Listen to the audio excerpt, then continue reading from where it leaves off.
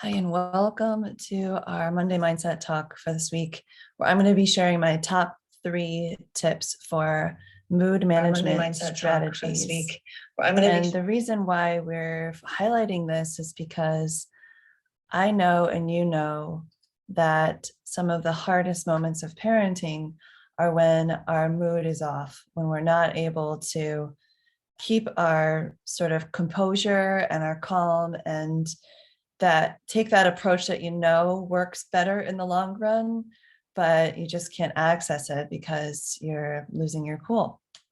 And when we're trying to manage mood, we're really talking about our stress response, and we're trying to shift our baseline of how our nervous system responds to stress so that it can be a calmer response, one that allows us to continue thinking clearly, to make good decisions, to communicate our needs and wants, and to also guide our children with their needs and wants. So my top 3 tips include dun, dun, dun, things that we can do that will then empower our children and pave the way for us to share great tools with our kids.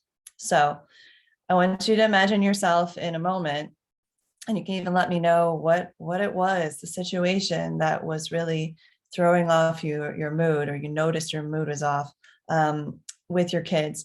We'll go ahead and put it in the chat. So for me, a time that I can remember is when I was in a classroom full of kids. Sometimes I had 24, 36, or even 48 kids in my care in my 15 years as an educator.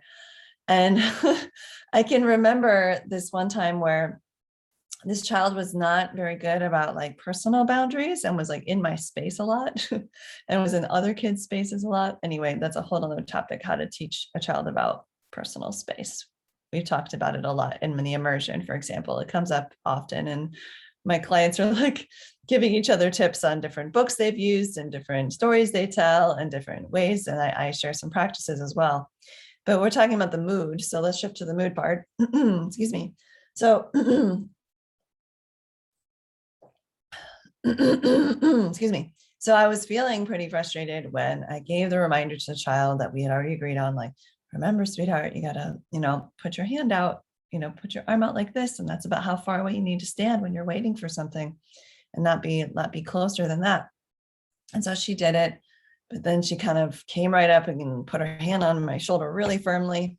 And I could feel, I could feel my mood shifting, right? From calm and maybe, overall composed to getting a little irritated and then getting frustrated. And then finally I got to the point where I was like, get your hand off my shoulder. And I remember speaking to her in that way. And it was almost like it wasn't a choice. It just happened automatically. And I immediately knew that it wasn't helpful. I immediately felt a little guilty, and also saw her get more upset. So it didn't help her. It didn't help me. And because I wasn't able to kind of keep my cool in that moment, we went away from problem solving and into problem making or escalating.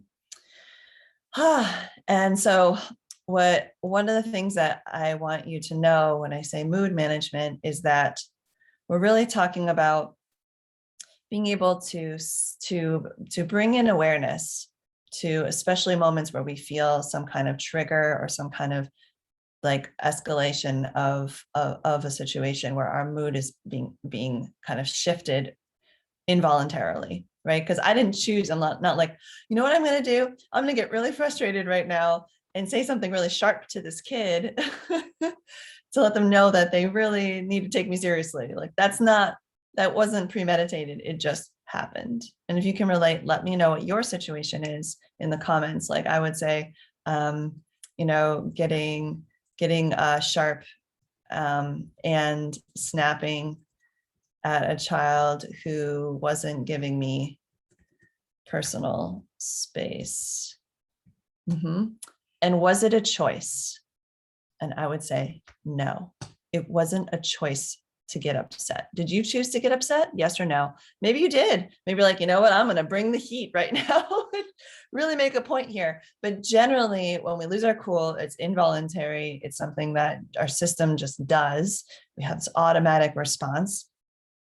And one of the things that can help us so much, and this is my tip number one, is to get to know the science behind like why that happens.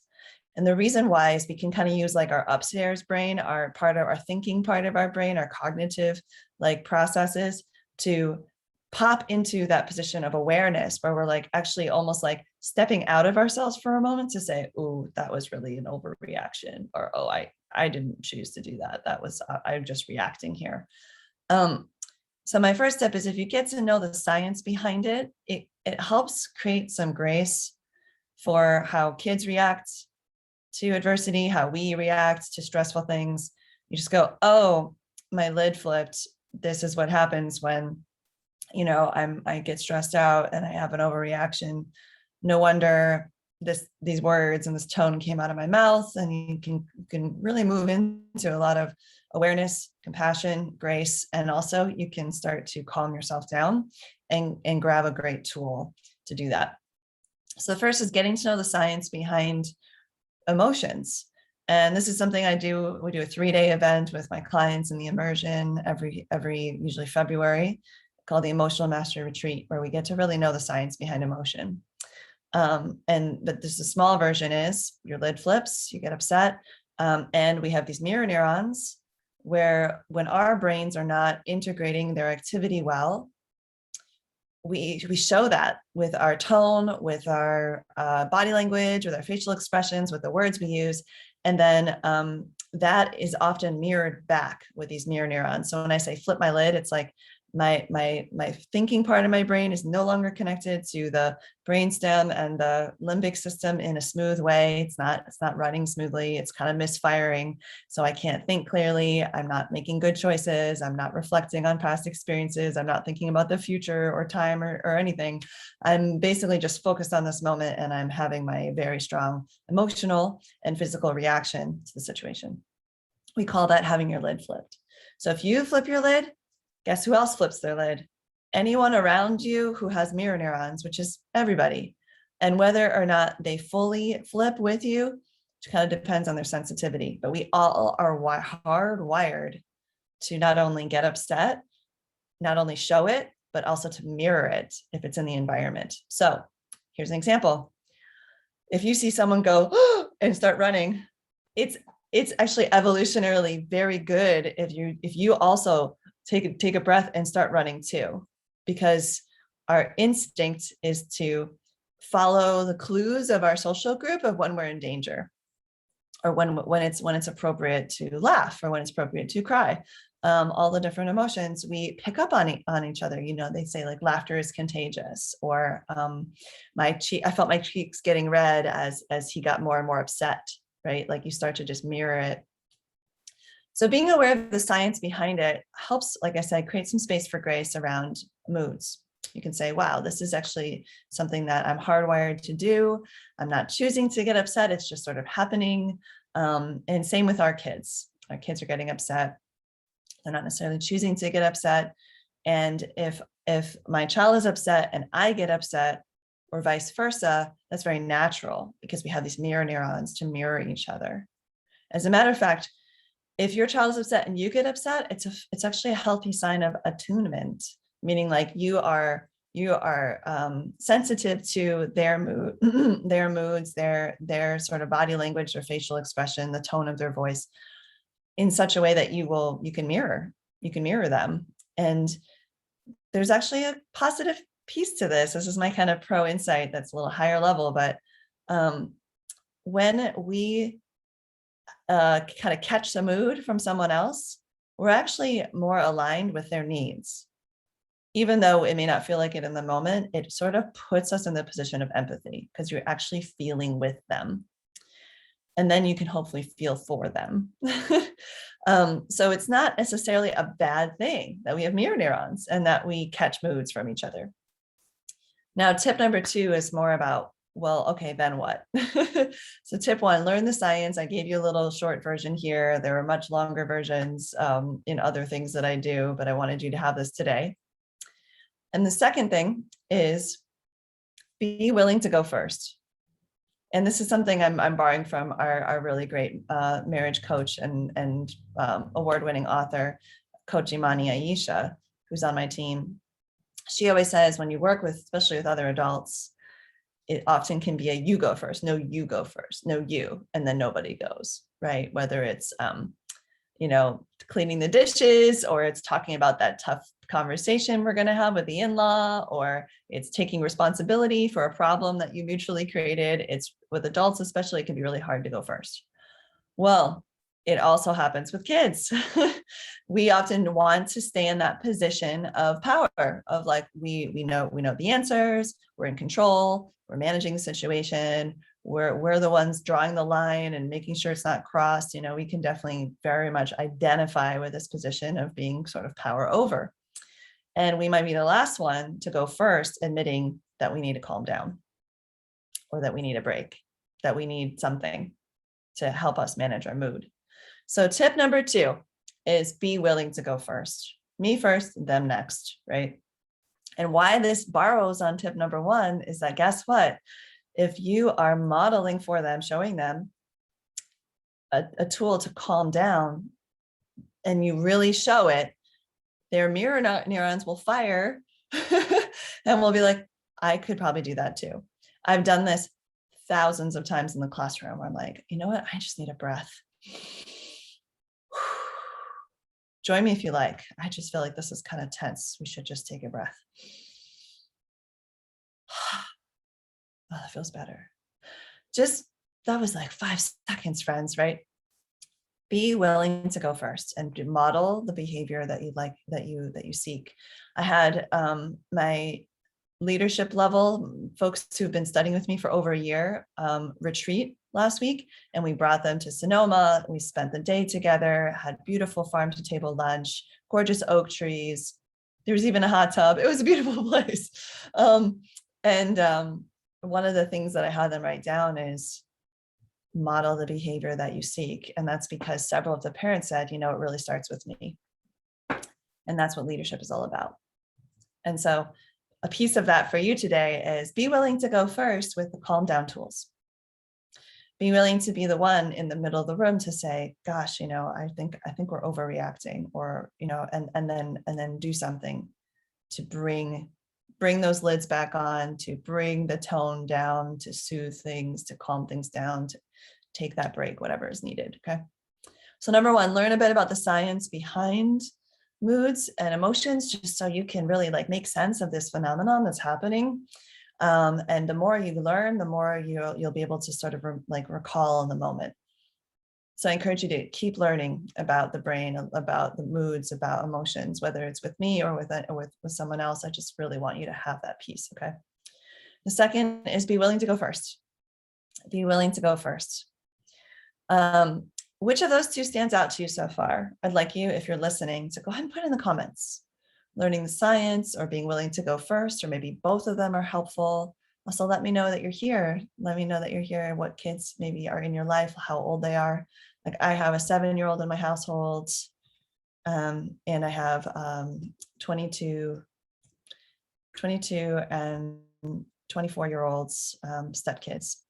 Or no, God, I keep calling her 24. She's 26. So you can go ahead and put that in the chat and comments. Let me know. And also, which of these 2 would you see yourself finding really useful or is intriguing to you? Maybe learning more about the brain and about moods, the science behind it, or really shifting into that mindset of I go first. I'll go first, and then maybe they can learn from my example. So let me know in the comments, even if you're listening to this as a YouTube and you just want to drop some comments below. I always come back and respond and chat with you. Okay. Now the 3rd tip, while you're thinking about that, and the 3rd tip is to practice the tools outside of the moments that test your patience. If you wait, excuse me, something in my throat today. There we go. If you wait to be in a moment where you're already upset, where you're already losing your cool, where you're already stressed out, and you're going to expect yourself to do a great job using a calm down tool or a calm down strategy, you're setting yourself up to be disappointed in yourself, mostly. And to not use it. And then all the things that happen, the yelling, the needless negotiation and power struggles, the feelings that get hurt, the relationship that gets damaged, like all the things that can happen in these tough moments where mood is not being regulated could be avoided. Yeah. And to really illustrate that, I'm going to tell you a story. So it's called From Chaos and Struggles to Cookies and Snuggles. And it's about my client, Rachel. And when she was pregnant with her middle daughter, she thought having her first daughter, because she had only had a son up until then, was going to be all about baking cookies and snuggling on the couch. And she did end up having sweet moments with her daughter. However, by the time her daughter was 4, she found herself losing her cool more often than she would like, especially when her daughter wouldn't listen to her. Her daughter was spicy, strong-willed, and sometimes she'd have to deal with massive meltdowns and epic tantrums almost every day. And it was wearing her out. Can you relate to that feeling of like being exhausted and stuck in a pattern that's not working around mood management? Well, occasionally she even found herself turning into that mom who would yell at her kids in the middle of the street. That mom is how she put it. She didn't recognize herself in these moments and was really unsure about what to do or what to say to turn things around. And then she heard about one of our meltdown workshops and she signed up, and she took some of the tools that she learned, including this knowledge of what's happening in the brain when people are upset and having their mood be off. And she shared them with her kids that night, and they worked. And so she couldn't wait to see what else was possible. So she did end up signing up for some private coaching, an intensive. And fast forward 6 months later, here's what she had to say. She said, "I've been able to have a closer relationship with both my younger daughters, but especially my middle daughter. She and I have gotten to a good place where there's more baking cookies, snuggling, and reading together, which is what I really wanted. Before working with Vanessa and learning these tools, I felt like I was out of control. The house was out of control. I felt powerless, as well as my husband and I being at odds. I really want to express my gratitude for changing our family life, and everyone just feels so much calmer and more loving in our home." And her face just beams when she talks about how proud she is that she made that happen. I mean, sure, she got some support, but she was the one who brought the tools to her daughters and shared them with them. And here's the secret sauce. She was willing to practice those tools outside of the challenging moments. She didn't wait for things to get hard for her and her daughters to talk about how to manage your mood, like how to calm down. And she says it's been a really amazing journey. And she says that she's so excited to be where she is now. And don't you think she's an amazing example, right, of what happens when a smart, high-powered mom like her makes bold moves to improve her daily life with her kids? And it's so willing to get to the other side of these challenging dynamics because you feel like you get your life back. And her key shift is that she decided there was no shame in admitting that she needed more tools in her toolbox, to work with a mentor, and to be willing to practice them outside of these moments. In other words, she relieved herself of the pressure of having figured it out already. What a relief that it's okay that we haven't figured it all out already. And so we all have our dreams of how we want our life with kids to be once we're there. But parenting children, especially ones with sensitive, big emotions, can be tricky. So let's help you find right fit, empowering strategies that will help you to grow stronger as a family. And if you're feeling inspired to learn tools to fill your own toolbox, I have a really wonderful opportunity for those of you who are in the Raising Our Resilience community. I'm going to be putting a link to an event coming up that starts on Friday. It's 6 parts, and each part, we're going to get together for about an hour, and I'm going to teach you different key calm down tools that will help you fill your toolbox with tools that you can practice outside of the moments that test your patience. Okay. And that way you'll have the opportunity to practice them and model them like when tips number 2 and number 3, being willing to go first and doing a smart thing, which is practice the tools outside of the hard moments. That way you build it up like a muscle, like you have muscle, like muscle memory, right? Like you don't have to think about how to brush your teeth. You just do it because you've done it so many times. That's what we want these tools to be like, whether it's a calm down tool, a redirection tool, a lighten up tool, a tension tamer tool, or one of the others that we'll be going over in this 6-part series that starts on Friday. So if you want to come, I'll put the link in the chat in the comments, and I'll also give you a code that waives the fee, so you can register for free as a thank you for being a part of our Raising a Resilience parent group. It's in the chat right now, so go ahead and grab it. Okay, go ahead and register so that you can come each day, and you will get to try out the tools each day. And then you get to try them out with your kids, and that, within the next 24 hours after learning the tools. And then you come back and you report back, like, how did that go? Did your kid like it? Did you like it? Did you notice anything shift in your mood? Did your mood elevate? Did you feel calmer? What worked? And by the time we do that across 6 days, my guarantee is that you will find something you like. And so you will also, if you share it with your children, help them find a tool that they like. That way, everyone in the family has a go-to strategy. And this can be the game changer. Remember Rachel in the story? One of the tools she taught her daughter right away was something called a roller coaster breath, where you breathe in and breathe out, and breathe in and breathe out. To this day, her daughter still uses it. This was 2 years ago. It changed things because in the moment, she would say, let's take a roller coaster breath, and they would do it together. And then so instead of yelling at her daughter in the middle of the street, being that mom, she got to be the mom that dropped to her kids' level. Both of them would take some breaths, and they would find a more positive way forward. Go into problem-solving mode. Repair something that just happened that was not ideal, right? They were able to do that because they took that nervous system hack of the roller coaster breath that they learned in the training, that she learned in the training and passed on to her daughter. They found the one that her daughter liked, that she would be open to, even when she's pissed, so angry, or super sad, she would still be willing to do that breath. I want to find the one that is best for you and your kids. Okay, so let's roll through the 3 strategies. All right, so number 1, 3 tips, I should say. What was number 1? Does anybody remember? You put it in the comments.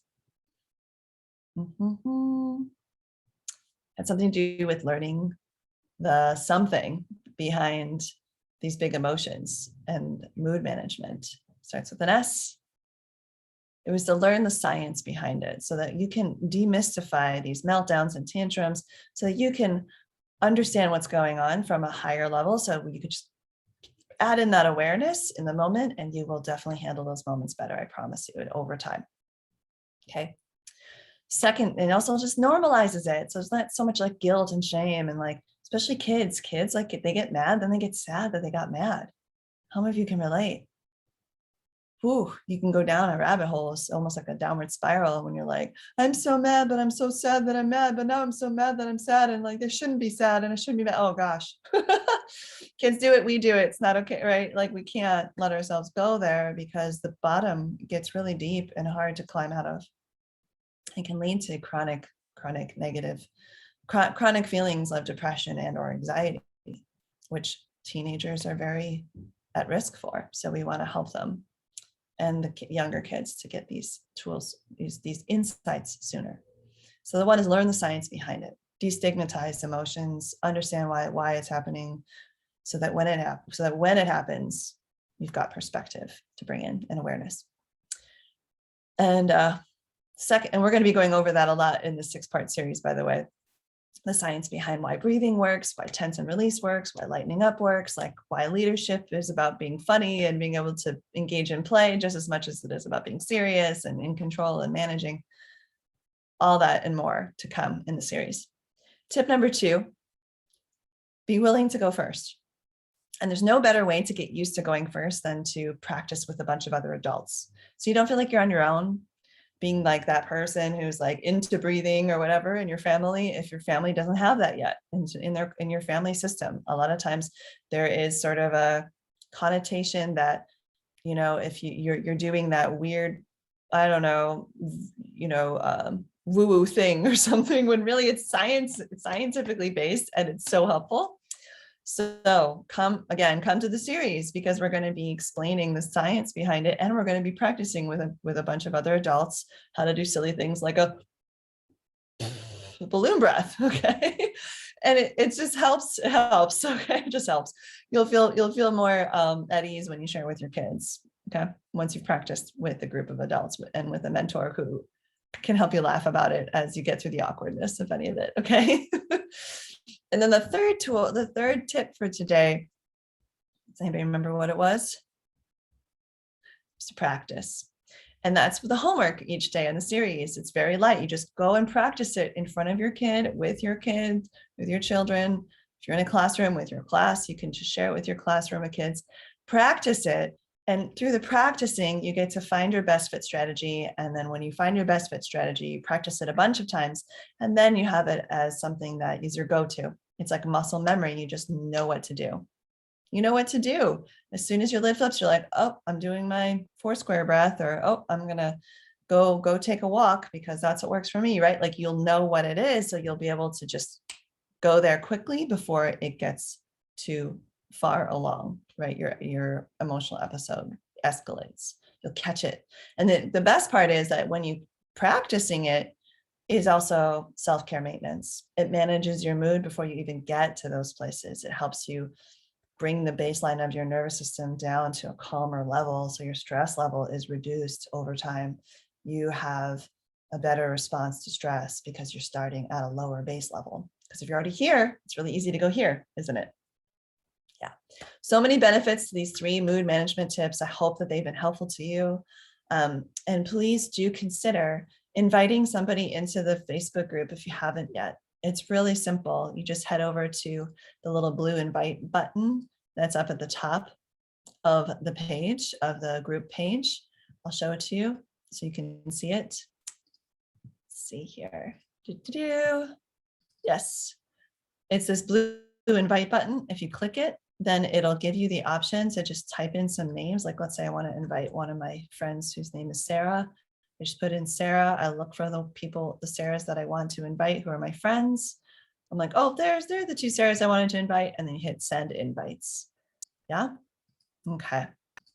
And when you do that, it's great because then they can be in the group and then you can share the code with them for them to attend the series for free. That starts on Friday. So we're so excited of everything that's coming up. Hope to see you in the series. And you have today and tomorrow as part of sort of like a thank you gift and Cyber Monday sale to grab a spot in that for free. And then you'll get access to a private Facebook group where all of the trainings are going to be. There'll be replays up also if you're wanting to access those through Zoom or through a website. If you're not on Facebook and you're listening to this in our newsletter, it'll be there as well. So you'll be able to watch the replays for a whole week afterward and join into some really fun contests. For the first time ever, we're giving away a seat in a year-long immersion program. When I say my clients a lot, I'm usually talking about the parents who are traveling together for a year of mentorship, where they get to learn things like mood management strategies, how to run smooth routines, how to set limits that stick, great conflict resolution and repair strategies, how to do family meetings and create that sense of teamwork, how to get everybody on the same page in the family. And it sounds like a lot, but it's not a lot if you dedicate a whole year to it, because you get to chip away at it and make incremental changes that transform family life, a permanent change in just a year. It's phenomenal. And some people love it so much, they end up working with me for 2 years, like the folks I brought to Sonoma just last week for our day away retreat, our leadership retreat. So if you would like to play in the contest to win the prize that's worth $10,000 of mentorship, which is a seat in the immersion program, please, please, please do go ahead and register and show up, and then you'll be able to be in the running for that grand prize. which is pretty hot, pretty fun. We'll have a good time too. It's going to be really enjoyable, and maybe a breath of fresh air in your day. You'll leave at least feeling calmer because you've practiced some of the strategies and gotten some insights. And then you can bring them home to the kids and so on and so forth. So we'll see you there. This is your time to fill up your toolbox for free, and in an intensive 1 week, so that it really sticks with you. And we'll see you there. It'll be a lot of fun to play. All right. Any questions, any comments, any great takeaways that you loved, put them in the comments. We always appreciate your feedback and hearing what you're getting out of these Monday mindsets. And we'll see you hopefully on Friday for the first session of the Find Your Calm in the Chaos series, where we're going to fill up your toolbox with 6 essential tools for bringing more calm and ease and connection into your daily lives. All right, with that, lots of love, and we'll see you on Friday.